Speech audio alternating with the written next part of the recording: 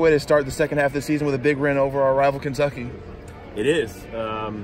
You know, rivalry game is going to be a tough one, and it's always going to be close, and they made it interesting there at the end. Fortunately, our bullpen was really good tonight. We made a lot of good plays on defense. We got some big hits, you know. One day it's Oriente, and one day it's Britton, and many days it's Wyatt, but today it was Jake Snyder, and that's the reason we're having the success we're having, is a different guy steps up just about every game, and that gives you a chance. Dan, you guys went down 2-0. Did you like the response from your kids? No doubt. You know, we talk about no judgment. Don't look at the scoreboard. Just play the game.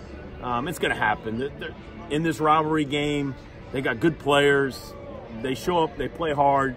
It's not easy. You can look at the scoreboard and some might think this game wasn't easy. We got too much respect for them. Good players. They're well coached. I just liked our consistency, our focus. You said it, we didn't panic when we gave up the 2 runs, and we came back and answered, and we put something together.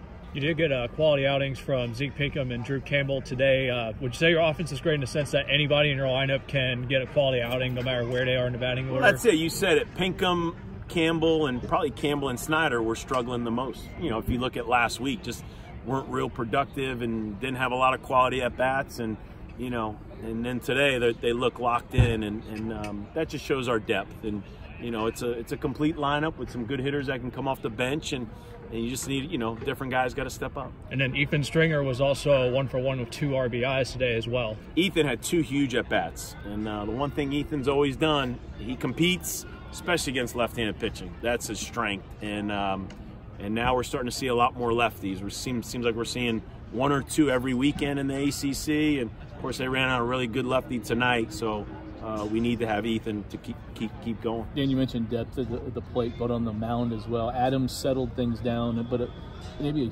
even bigger from Hoeing to come in and give you those 2 perfect innings. Yeah, you know, midweek baseball, you know, you'd like to get a guy that gives you 6 or 7 innings, but that's usually not the case. You know, you get 1 game during the week. You want to use the bullpen. We love our bullpen.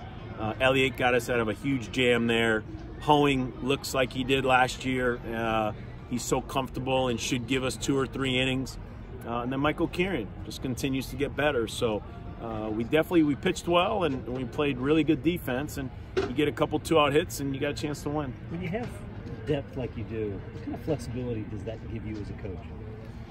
Well, it adds some stress sometimes because, you know, trying to figure out the lineup and all that stuff. I really racked my brain, but just try to keep these guys going. They work hard. What I love about them is they pull for each other. You know, I take Stringer out and let Britton hit. Stringer's probably the loudest guy cheering for Britton. And we talk about that all the time, man. Let's do this for each other. These guys have fought hard the first half of the season. They all want to play. They're competing, and they're all in the mix. I give them a lot of credit because they can make excuses, and if I was in the lineup every day, I'd be a better player. But no, they know how challenging this is. They got a lot of respect for their teammates, and it's fun seeing them, you know, pull for each other and have success. And 6 wins in a row now. Has there been one key to all this? Well, I don't ever know if it's one key. I always think starting pitching is a must, and I think really good defense. You know, for me, I've been most impressed, not surprised, but impressed with our defense. We can really defend. We turn double plays. We make some great plays. We missed an opportunity to make a great play tonight, and probably Trey Leonard is the most disappointed person on our team right now because he knows he could have made that catch, and that's what he wants to, and he's expected to make that catch, which I like that.